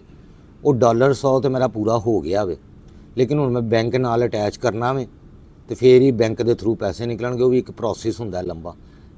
ਪਹਿਲੇ ਇਹਦਾ ਟੈਕਸ ਫਾਰਮ ਫਿਲ ਕੀਤਾ, ਕੋਈ ਆਸਾਨ ਕੰਮ ਨਹੀਂ ਹੁੰਦਾ ਮੋਨੋਟਾਈਜ਼ ਚੈਨਲ ਕਰਾਉਣਾ। ਜੇ ਇੰਝ ਹੁੰਦਾ ਹੋਵੇ ਤਾਂ ਹਰ ਬੰਦਾ ਹੀ ਕਰਾ ਲਵੇ। ਤੇ ਬਾਕੀ ਇਹ ਹੈਗਾ ਕਿ ਚਲੋ 25-30 ਹਜ਼ਾਰ ਸਾਨੂੰ 4-5 ਮਹੀਨਿਆਂ 'ਚ ਆ ਗਿਆ ਵੇ, ਸ਼ੁਕਰ ਹੈ ਅੱਲਾ ਦਾ। ਤੇ ਇਹ ਵੀ ਜ਼ਾਹਿਰ ਹੈ ਮੈਂ ਕੋਈ ਬੇਟੀ ਮੇਰੀ ਦੀ ਹੁਣ ਸ਼ਾਦੀ ਹੈ ਬਹੁਤ ਜਲਦ ਇੰਸ਼ਾਅੱਲਾ ਤਾਲਾ ਤੁਹਾਨੂੰ ਦੱਸਾਂਗਾ। ਅੱਲਾ ਖੈਰ ਕਰੇ, ਅੱਲਾ ਸਾਰਿਆਂ ਦੀ ਬੇਟੀਆਂ ਦੇ ਨਸੀਬ ਚੰਗੇ ਕਰੇ। ਤੇ ਉਹਦੀ ਸ਼ਾਦੀ ਦਾ ਹੁਣ ਮੇਰਾ ਪ੍ਰੋਗਰਾਮ ਹੈਗਾ ਕਿ ਮੈਂ ਜਲਦੀ ਕਰ ਦਵਾਂ ਕਿਉਂਕਿ ਪੜ੍ਹਾਈ ਉਹਦੀ ਕੰਪਲੀਟ ਹੋ ਚੁੱਕੀ ਹੈ। ਤੇ ਜਿੰਨੀ ਜਲਦੀ ਹੋ ਜਾਏ ਬੱਚਿਆਂ ਦੀ ਸ਼ਾਦੀ ਕਰ ਦੇਣੀ ਚਾਹੀਦੀ ਮੇਰੇ ਹਿਸਾਬ ਨਾਲ, ਜਦੋਂ ਪੜ੍ਹਾਈ ਫਾਰਗ ਹੋ ਜਾਣ। ਬਾਕੀ ਰਿਜ਼ਕ ਤੇ ਚੱਲਦਾ ਹੀ ਰਹਿੰਦਾ, ਅੱਲਾ ਮੀਆਂ ਉਹਨਾਂ ਦੇ ਨਸੀਬ ਦਾ ਰਿਜ਼ਕ ਉਹਨਾਂ ਨੂੰ ਦੇ ਦਿੰਦਾ। ਤੇ ਉਹਦੀ ਸ਼ਾਦੀ ਵਾਸਤੇ ਜ਼ਾਹਿਰ ਹੈ ਮੈਂ ਹੁਣ ਸ਼ਾਪਿੰਗ ਕਰਨਾ ਸ਼ੁਰੂ ਕਰਾਂਗਾ ਤਾਂ ਮੈਂ ਸਾਲ ਤੱਕ ਕੋਈ 12-14 ਕੱਪੜੇ ਬਣਾ ਸਕਾਂਗਾ। ਜ਼ਾਹਿਰ ਹੈ ਮੁੰਡੇ ਨੂੰ ਵੀ ਦੇਣੇ ਨੇ ਤੇ ਕੁੜੀ ਦੇ ਵੀ ਬਣਾਉਣੇ ਨੇ, ਅਸੀਂ ਸਾਰੀ ਫੈਮਿਲੀ ਨੇ ਵੀ ਬਣਾਉਣੇ। ਅਸੀਂ ਸਾਰੀ ਆਪਣੀ ਫੈਮਿਲੀ ਦੇ ਕੱਪੜੇ ਬਣਾਈਏ ਨਾ ਤਾਂ ਸਾਨੂੰ ਸਾਲ ਚਾਹੀਦਾ। ਤੇ ਉਹ ਜਦੋਂ ਘਰਾਂ 'ਚ ਸ਼ਾਦੀਆਂ ਹੁੰਦੀਆਂ ਉਹਨਾਂ 'ਚ ਕੱਪੜੇ ਬਣਦੇ ਨੇ, ਤੇ ਉਹਨਾਂ ਕੱਪੜਿਆਂ ਨੂੰ ਵੀ ਬਣਾਉਣ ਵਾਸਤੇ ਪੈਸੇ ਕਾਫੀ ਚਾਹੀਦੇ ਹੁੰਦੇ ਨੇ। ਇੱਕ ਨਾਰਮਲ ਜੀ ਗੱਲ ਹੈ, ਕੋਈ ਹਰ ਘਰ ਦੇ ਵਿੱਚ ਹੀ ਹੁੰਦਾ ਕਿ ਮੇਰੇ ਘਰ ਵੱਖਰਾ ਨਹੀਂ ਹੋਣ ਡਿਆ, ਲੇਕਿਨ ਕਿਉਂਕਿ ਮੈਂ ਵਲੋਗ ਬਣਾਉਣਾ ਇਸ ਲਈ ਲੋਕਾਂ ਨੂੰ ਮੌਕਾ ਮਿਲ ਜਾਂਦਾ ਕ੍ਰਿਟੀਸਾਈਜ਼ ਕਰਨ ਦਾ। ਤੇ YouTube ਤੋਂ ਹਾਲੇ ਮੈਂ ਕਸਮ ਖਾਨਾ ਇਸ ਚੀਜ਼ ਦੀ, ਮੈਂ 1 ਰੁਪਈਆ ਨਹੀਂ ਕਢਵਾਇਆ ਤੇ ਨਾ ਕੋਈ ਲੱਖਾਂ ਰੁਪਈਏ ਜਮ੍ਹਾਂ ਹੋ ਗਏ ਨੇ। ਅਜੇ 20 25 30 ਹਜ਼ਾਰ ਰੁਪਈਆ ਬਣਦਾ ਕੋਈ 110 20 ਡਾਲਰ ਦਾ, ਉਹ ਕਢਾਵਾਂਗਾ ਤੇ ਉਹਦੇ ਆਪਣੀ ਬੱਚੀ ਲਈ ਕੋਈ ਚੀਜ਼ਾਂ ਲੈ ਕੇ ਰੱਖ ਦਿਆਂਗਾ ਉਹਦੇ ਵਿਆਹ ਵਾਸਤੇ। ਬਾਕੀ ਜਿਹੜੀ ਮੈਂ ਸ਼ਾਪਿੰਗ ਕਰਾਂਗਾ ਇਸੇ ਤਰ੍ਹਾਂ ਹੀ ਕੋਈ ਮੇਰੇ ਭੈਣਾਂ ਭਰਾ ਮੇਰੀ ਹੈਲਪ ਕਰਨਗੇ, ਕਿਉਂਕਿ ਜਦੋਂ ਬੱਚੀ ਦਾ ਵਿਆਹ ਰੱਖ ਦੋ ਨਾ ਤੇ ਅੱਲਾਹ ਤਾਲਾ ਆਪ ਮਦਦ ਫਰਮਾਉਂਦਾ। ਮੇਰੇ ਕੋਲ ਵੱਲਾ ਕੋਈ ਪੈਸਾ ਨਹੀਂ ਹੈ ਤੇ ਨਾ ਮੈਂ ਕੋਈ ਜਮ੍ਹਾਂ ਕੀਤਾ ਨਾ ਜੋੜਿਆ ਪੈਸਾ। ਬੜੀ ਮੁਸ਼ਕਿਲ ਨਾਲ ਬੱਚਿਆਂ ਨੂੰ ਇੱਥੋਂ ਤੱਕ ਪੜ੍ਹਾਇਆ ਲਿਖਾਇਆ। ਇੱਕ ਟੈਕਨੀਸ਼ੀਅਨ ਕਿੰਨੀ ਕੁ ਕਮਾਈ ਕਰ ਸਕਦਾ, ਹਲਾਲ, ਹਰਾਮ ਨਹੀਂ, ਠੀਕ ਹੈ ਜੀ। ਹਲਾਲ ਕਿੰਨੇ ਕੁ ਬੰਦੇ ਪੈਸਾ ਕਮਾ ਸਕਦਾ ਗਲਤ ਤਰੀਕੇ ਦੇ ਬਗੈਰ। ਤੇ ਨਾ ਅਲਹਮਦੁਲਿਲਾ ਕਦੀ ਕੀਤਾ, ਕਿਉਂਕਿ ਮਰਨਾ ਕਬਰ ਦੇ ਵਿੱਚ ਜਾਣਾ, ਉੱਥੇ ਹਿਸਾਬ ਦੇਣਾ ਜਾ ਕੇ ਹਰਾਮ ਪੈਸੇ ਦਾ। ਇਸ ਲਈ ਤੇ ਅਲਹਮਦੁਲਿਲਾ ਜੋ ਵੀ ਥੋੜ੍ਹਾ ਬਹੁਤ ਕਮਾਇਆ ਉਹਦੇ 'ਚ ਸ਼ੁਕਰ ਹੈ ਅੱਲਾ ਦਾ ਕਰੋੜ ਵਾਰੀ ਕਿ ਆਪਣਾ ਬੱਚਿਆਂ ਦਾ ਇੱਥੋਂ ਤੱਕ ਲੈਣ ਦਾ ਵੇ ਸਿਲਸਿਲਾ। ਇਹ ਅੱਲਾਹ ਤਾਲਾ ਦੀ ਕਰਮ ਫਜ਼ਲ। ਤਾਂ ਬਾਕੀ ਮੌਲਾ ਕਰਮ ਕਰਨਗੇ, ਠੀਕ ਹੈ। ਮੁਹੰਮਦ ਵਾਲੇ ਮੁਹੰਮਦ ਦੇ ਸਦਕੇ ਹੀ, 5 ਦਿਨ ਪਾਕ ਦੇ ਸਦਕੇ ਦੇ ਵਿੱਚ ਅੱਲਾਹ ਤਾਲਾ ਸਾਡੇ ਲਈ ਬਿਹਤਰੀਆਂ ਕਰੇਗਾ ਇੰਸ਼ਾ ਅੱਲਾਹ ਤਾਲਾ ਉਹਨਾਂ ਦੇ ਸਦਕੇ ਦੇ ਵਿੱਚ। ਤੇ ਇਹ ਪੈਸਾ ਜਾਂ ਗਿਫਟ ਜਿਹੜੇ ਹੁੰਦੇ ਨੇ ਰਿਸ਼ਤੇਦਾਰ, ਭੈਣ ਭਰਾ, ਯਾਰ ਦੋਸਤ, ਠੀਕ ਹੈ, ਮਿਲਣ ਵਾਲੇ, ਇਹ ਉਹ ਰਿਟਰਨ ਕਰਦੇ ਨੇ ਤੁਹਾਨੂੰ ਜਿਹੜਾ ਤੁਸੀਂ ਉਹਨਾਂ ਦੇ ਸ਼ਾਦੀਆਂ ਵਿਆਹਾਂ ਦੇ ਉੱਤੇ ਵਰਤਿਆ ਹੁੰਦਾ ਵੇ, ਠੀਕ ਹੈ। ਕੁਛ ਵੱਧ ਦੇ ਦਿੰਦੇ ਨੇ ਜੋ ਜਿੰਨਾ ਆਪਣੀ ਪਸਲੀ ਦੇ ਹਿਸਾਬ ਨਾਲ। ਕਿਸੇ ਕੋਲ ਨਾਮ ਹੀ ਹੋਵੇ ਤਾਂ ਅੱਲਾ ਮਾफ़ ਕਰੇ ਕੋਈ ਉਹ ਕਰਜ਼ਾ ਨਹੀਂ ਦਿੱਤਾ ਹੁੰਦਾ, ਕੋਈ ਦੇ ਦੇਵੇ ਭੈਣ ਭਰਾ ਦੇ ਉਹਦੀ ਮਿਹਰਬਾਨੀ ਹੈ, ਖੁਸ਼ੀ। ਨਾ ਦੇਵੇ ਤਾਂ ਮੇਰੇ ਖਿਆਲ ਦੇ ਨਾਲ ਕੋਈ ਉਹਦੇ 'ਚੋਂ ਲਾਮੇ ਵਾਲੀ ਗੱਲ ਵੀ ਨਹੀਂ ਹੁੰਦੀ, ਠੀਕ ਹੈ ਜੀ। ਅਸੀਂ ਕਈਆਂ ਦੇ ਵਿਆਹਾਂ 'ਤੇ ਵਰਤਿਆ ਆਇਆ ਵੇ, ਉਹ ਹੁਣ ਮਿਲਣ ਜੁਲਣ ਵੀ ਬੰਦ ਹੈ। ਜਦੋਂ ਆਣ ਜਾਣ ਹੀ ਬੰਦ ਹੈ ਤਾਂ ਉੱਥੋਂ ਆਉਣਾ ਕੀ ਹੈ। ਕੁਛ ਲੋਕ ਤਾਂ ਇਸ ਮੌਕੇ ਦੀ ਤਲਾਸ਼ ਹੀ 'ਚ ਹੈਗੇ ਨੇ, ਮੈਨੂੰ ਪਤਾ ਹੋਵੇ, ਤੇ ਉਹਨਾਂ ਕੋਲੋਂ ਰੁਪਈਆ ਵੀ ਨਹੀਂ ਆਉਣਾ, ਕਿਉਂਕਿ ਜਦੋਂ ਮਿਲਣਾ ਹੀ ਬੰਦ ਹੋ ਗਿਆ, ਉਹ ਡੁੱਬ ਗਏ ਪੈਸੇ, ਹੁਣ ਛੱਡ ਦਿਓ। ਲੇਕਿਨ ਜਿਹੜੇ ਕੋਈ ਭੈਣਾਂ ਭਰਾ ਸਾਥ ਦਿੰਦੇ ਨੇ ਉਹ ਫਿਰ ਪੁੱਛਦੇ ਵੀ ਨੇ ਕਿ ਯਾਰ ਤੈਨੂੰ ਬੱਚੀ ਲਈ ਕੀ ਚਾਹੀਦਾ। ਕੁਛ ਬੰਦੇ ਪੈਸੇ ਦੇ ਦਿੰਦੇ ਨੇ ਕਿ ਅੱਲਾ ਯਾਰ ਤੂੰ ਆਪ ਜਾ ਕੇ ਲੈ, ਕੋਈ ਕੱਪੜੇ, ਕੋਈ ਜੁੱਤੀਆਂ, ਕੋਈ ਜੋ ਵੀ ਅਸੀਂ ਲਿਆਈਏ ਉਹ ਸਾਡੀ ਮਰਜ਼ੀ, ਉਹ ਦੇ ਦਿੰਦੇ ਨੇ। ਇਸੇ ਤਰ੍ਹਾਂ ਮੇਰੇ ਵੀ ਕੋਈ ਰਿਸ਼ਤੇਦਾਰ, ਕੋਈ ਭੈਣ ਭਰਾ, ਕੋਈ ਯਾਰ ਦੋਸਤ ਕੋਈ ਹੈਲਪ ਕਰਨਗੇ ਨਾ, ਅੱਲਾ ਖੈਰ ਕਰੇਗਾ। ਉਹ ਮੈਂ ਜਾ ਕੇ ਬੱਚੀ ਦੀ ਸ਼ਾਪਿੰਗ ਕਰਾਂਗਾ, ਵਲੋਗ ਬਣਾਵਾਂਗਾ। ਹਰ ਵਲੋਗ ਵਿੱਚ ਹੁਣ ਮੈਂ ਤੁਹਾਨੂੰ ਦੱਸਾਂ ਕਿ ਪੈਸੇ ਮੈਨੂੰ ਕਿੰਨੇ ਭੇਜੇ ਨੇ, ਠੀਕ ਹੈ ਜੀ। ਇੱਕ ਇਸ ਮਕਸਦ ਲਈ ਭੇਜੇ ਨੇ ਉਹਨੇ, ਇਹਦੀ ਮੈਂ ਸ਼ਾਪਿੰਗ ਕਰਨ ਲੱਗਾ ਵਾਂ। ਅਗਰ ਮੈਂ ਤੁਹਾਨੂੰ ਇਹ ਦੱਸਣ ਬਹਿ ਜਾਵਾਂਗਾ ਤਾਂ ਫਿਰ ਲੋਕੀ ਕਹਿਣਗੇ ਯਾਰ ਤੂੰ ਐਡੀਆਂ ਤਫਸੀਲਾਂ ਕਿਉਂ ਦੱਸਣਾ। ਲੋਕ ਨਹੀਂ ਖੁਸ਼ ਹੋ ਸਕਦੇ ਮੇਰੇ ਭੈਣੋ ਭਰਾਓ, ਲੋਕਾਂ ਨਹੀਂ ਰਾਜ਼ੀ ਕਰ ਸਕਦੇ ਤੁਸੀਂ। ਉਹ ਹਰ ਵਲੋਗ ਵਿੱਚ ਉਹ ਵੀ ਨਹੀਂ ਦੱਸ ਸਕਦਾ। ਫਿਰ ਜੇ ਸ਼ਾਪਿੰਗ ਕਰਾਂਗੇ ਤਾਂ ਲੋਕ ਹਰ ਵਲੋਗ ਵਿੱਚ ਕਹਿਣਗੇ ਹਰ ਵੇਲੇ ਸ਼ਾਪਿੰਗ ਲਈ ਟੁਰੇ ਹੁੰਦੇ ਨੇ, ਯਾਰ ਇਹਨਾਂ ਦੀ ਕੁੜੀ ਦੀ ਸ਼ਾਪਿੰਗ ਹੀ ਨਹੀਂ ਮੁੱਕਦੀ ਹੈਗੀ। ਕਿਉਂਕਿ ਅਸੀਂ ਉਹਦੇ ਕੱਪੜੇ ਵੀ ਲੈਣੇ ਨੇ, ਫਰਨੀਚਰ ਵਿੱਚ ਮਾੜਾ ਮੋਟਾ ਜੋ ਕੋਈ ਇੱਕ ਅੱਧਾ ਬੈੱਡ ਹੀ ਚਲੋ ਦੇ ਦਿਓ ਸਿੱਧਾ, ਹੋਰ ਕੁਛ ਵੀ ਨਾ ਦੇਵੋ। ਬੈੱਡ ਤੇ ਬੰਦਾ ਦਿੰਦਾ ਹੀ, ਕੋਈ ਵਾਸ਼ਿੰਗ ਮਸ਼ੀਨ, ਕੋਈ ਜ਼ਰੂਰੀਆਤ ਦੀਆਂ ਛੋਟੀ, ਕੋਈ ਗ੍ਰਾਈਂਡਰ, ਕੋਈ ਇਸ ਤਰ੍ਹਾਂ ਦੀਆਂ ਚੀਜ਼ਾਂ ਬੰਦਾ ਦਿੰਦਾ, ਕੋਈ ਮੇਕਅਪ, ਕੋਈ ਜੁੱਤੀਆਂ, ਉਹ ਅਸੀਂ ਜਾ ਕੇ ਬਾਜ਼ਾਰੋਂ ਖਰੀਦਣਾ। ਫਿਰ ਉਦੋਂ ਕੀ ਲੋਕ ਕਮੈਂਟ ਕਰਨਗੇ ਜਾਂ ਕੀ ਮਤਲਬ ਕਹਿਣਗੇ ਕਿ ਹੁਣ ਹਰ ਵਲੋਗ ਵਿੱਚ ਅਸੀਂ ਦੱਸਦੇ ਫਿਰੀਏ ਕਿ ਪੈਸੇ ਕਿੱਥੋਂ ਆਏ ਨੇ, ਹਿਸਾਬ ਦਿੰਦੇ ਫਿਰੀਏ। ਤੇ ਭੈੜੀ ਗੱਲ ਹੈਗੀ ਹੈ ਮੇਰੇ ਹਿਸਾਬ ਨਾਲ। ਛੋਟੀਆਂ ਛੋਟੀਆਂ ਗੱਲਾਂ ਦੇ ਉੱਤੇ ਇਸ ਤਰ੍ਹਾਂ ਦੇ ਕਮੈਂਟਸ ਕਰਨਾ ਦਿਲ ਅਜ਼ਾਰੀ ਹੁੰਦੀ ਹੈ। ਜਿਹੜਾ ਬੰਦਾ ਵਲੋਗ ਬਣਾ ਰਿਹਾ ਹੁੰਦਾ ਨਾ, ਮੇਰੀ ਵਾਈਫ ਅਕਸਰ ਡਿਸਾਈਡਡ ਹੋ ਜਾਂਦੀ ਹੈ ਇਸੇ ਵਜ੍ਹਾ ਤੋਂ ਕਿ ਲੋਕ ਕਿਸ ਤਰ੍ਹਾਂ ਦੇ ਕਮੈਂਟ ਕਰਦੇ ਹੈਗੇ ਨੇ। ਤੇ ਮੈਂ ਤਾਂ ਸੋਸ਼ਲ ਮੀਡੀਆ ਦੇ ਉੱਤੇ ਹੈਗਾ, ਮੈਨੂੰ ਤਾਂ ਪਤਾ ਸੋਸ਼ਲ ਮੀਡੀਆ ਦੇ ਉੱਤੇ ਜਿੱਥੇ ਅੱਛੇ ਕਮੈਂਟ ਕਰਨ ਵਾਲੇ ਹੁੰਦੇ ਨੇ, ਸਪੋਰਟ ਕਰਨ ਵਾਲੇ ਹੁੰਦੇ ਨੇ, ਉੱਥੇ ਤੁਹਾਡੇ ਤੋਂ ਜੈਲਸ ਲੋਕ ਵੀ ਕੁਛ ਹੁੰਦੇ ਨੇ, ਤੁਹਾਡੇ ਤੋਂ ਹਸਦ ਕਰਨ ਵਾਲੇ ਵੀ ਹੁੰਦੇ ਨੇ, ਕੁਛ ਨੈਗੇਟਿਵ ਸੋਚ ਵਾਲੇ ਵੀ ਹੁੰਦੇ ਨੇ। ਹਰ ਬੰਦੇ ਦੀ ਇੱਕ ਆਪਣੀ ਅਲੱਗ ਹੀ ਕੈਟਾਗਰੀ ਹੈਗੀ ਹੈ। ਤੇ ਬਹੁਤ ਸਾਰੇ ਭੈਣਾਂ ਭਰਾ ਮੇਰੇ ਨਾਲ ਪਿਆਰ ਕਰਦੇ ਨੇ। ਇੰਸਟਾਗ੍ਰਾਮ ਦੇ ਉੱਤੋਂ ਮੇਰੇ ਇੱਥੇ ਫਾਲੋਵਰ ਆਏ ਨੇ, ਟਿਕਟੋਕ ਤੋਂ ਆਏ ਨੇ, ਕੁਛ YouTube ਤੋਂ ਲੋਕਾਂ ਨੇ ਮੈਨੂੰ ਸਬਸਕ੍ਰਾਈਬ ਕੀਤਾ ਵੇ। ਤੇ ਸਾਰਿਆਂ ਦੀ ਤੁਹਾਡੀ ਬੜੀ ਮਿਹਰਬਾਨੀ ਕਿ ਤੁਸੀਂ, ਚਲੋ ਮੈਂ ਮਾੜਾ ਵਾਂ ਭਾਈ, ਮੈਨੂੰ ਸਪੋਰਟ ਕਰਦੇ ਪਿਓ। ਨਾ ਤੇ ਮੇਰੇ ਕੋਲ ਕਰੋੜਾਂ ਰੁਪਈਏ ਨੇ ਤੇ ਨਾ ਮੈਂ ਕੋਈ ਬਿਜ਼ਨਸਮੈਨ ਆ, ਮੈਂ ਇੱਕ ਟੈਕਨੀਸ਼ੀਅਨ ਹੈਗਾ ਮਾਮੂਲੀ ਜਿਹਾ। ਤੇ ਬੜਿਆਂ ਦੀ ਇੱਥੇ ਕਿਸਮਤ YouTube ਨੇ ਬਦਲ ਦਿੱਤੀ, ਹੋ ਸਕਦਾ ਮੇਰੀ ਵੀ ਬਦਲ ਜਾਏ, ਠੀਕ ਹੈ ਜੀ। ਮੈਂ ਤਾਂ ਮਿਹਨਤ ਕਰਨ ਡਿਆ। ਮੇਰਾ ਕੰਟੈਂਟ ਜਿਹੜਾ, ਕਰੈਕਟਰ ਜਿਹੜਾ ਪੀਨੋ ਕੈਂਚੀ ਵਾਲਾ, ਉਹਦੇ ਤੋਂ ਮੈਂ 4-5 ਸਾਲ ਤੋਂ ਬੜੀ ਮਿਹਨਤ ਕੀਤੀ ਹੈ। ਕੋਈ ਐਵੇਂ ਨਹੀਂ ਮੈਂ ਇੱਥੇ YouTube ਦੇ ਉੱਤੇ ਚੈਨਲ ਬਣਾ ਲਿਆ, ਲੇਕਿਨ ਜਿੰਨੀ ਮੈਂ ਮਿਹਨਤ ਕੀਤੀ ਹੈ ਨਾ, ਉਹਨਾਂ ਹਾਲੇ ਮੈਨੂੰ ਲੋਕਾਂ ਨੇ ਰਿਸਪੌਂਸ ਨਹੀਂ ਦਿੱਤਾ। ਸ਼ਾਇਦ ਇੱਥੇ ਟੈਲੈਂਟ ਦੀ ਉਸ ਤਰ੍ਹਾਂ ਕਦਰ ਨਹੀਂ ਹੈ, ਠੀਕ ਹੈ ਜੀ। ਇੰਡੀਆ ਦੇ ਵਿੱਚ ਤਾਂ ਮੈਂ ਦੇਖਿਆ ਵੀ ਕਿ ਉਹ ਜਿਹੜੇ ਉਹ ਮਤਲਬ ਇੰਸਟਾਗ੍ਰਾਮ ਤੇ ਉਹ ਜ਼ਿਆਦਾਤਰ ਉਹਨਾਂ ਦੇ ਕਮੈਂਟਸ ਆਉਂਦੇ ਨੇ ਇੰਡੀਆ ਤੋਂ ਹੀ। ਬਾਕੀ ਜਿਹੜੇ ਸਾਡੇ ਓਵਰਸੀਜ਼ ਬੈਠੇ ਨੇ ਉਹ ਵੀ ਬਹੁਤ ਸਪੋਰਟ ਕਰਦੇ ਨੇ ਭੈਣਾਂ ਭਰਾ।